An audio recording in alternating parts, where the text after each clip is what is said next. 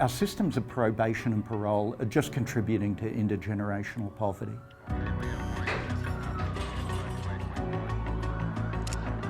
Historically, probation and parole was about trying to help people get back on their feet after they've been incarcerated. It used to be about employment and housing and healthcare. Probation and parole, as it's currently organised, doesn't do that. It just extends suspicion and criminalisation even after people have paid their debt to society. There are three big failures of the current system of probation and parole.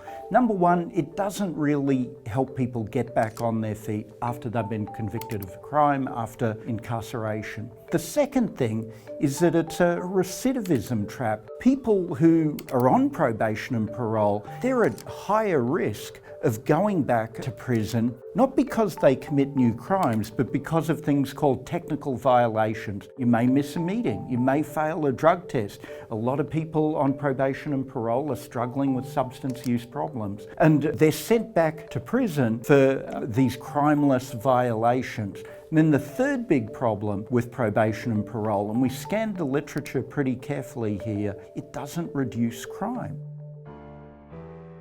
If we want to help people succeed after they've been to prison, we as a matter of public policy have to be welcoming. If we were to reimagine probation and parole, to go back to its historic mission, there are three big areas I think that we need to work on. The first big area is income support. There are very, very high rates of poverty among people who are involved in the criminal justice system.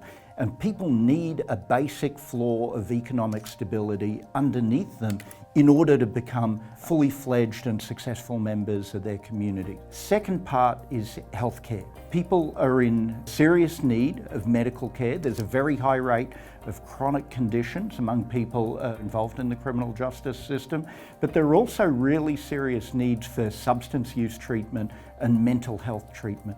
And the third part is housing. A very, very high rate of housing instability, a lot of doubling up with family members when people are first released from incarceration.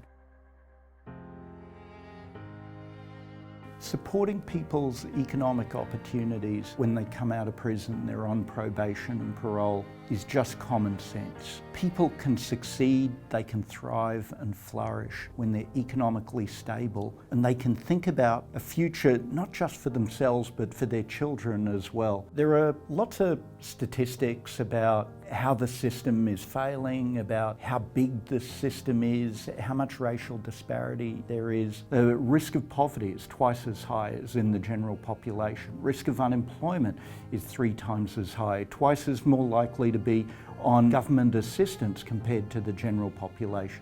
Underneath all of that, there are real people, real families and communities that are struggling to be safe and secure. And probation and parole is not helping them in that task, in that very human struggle.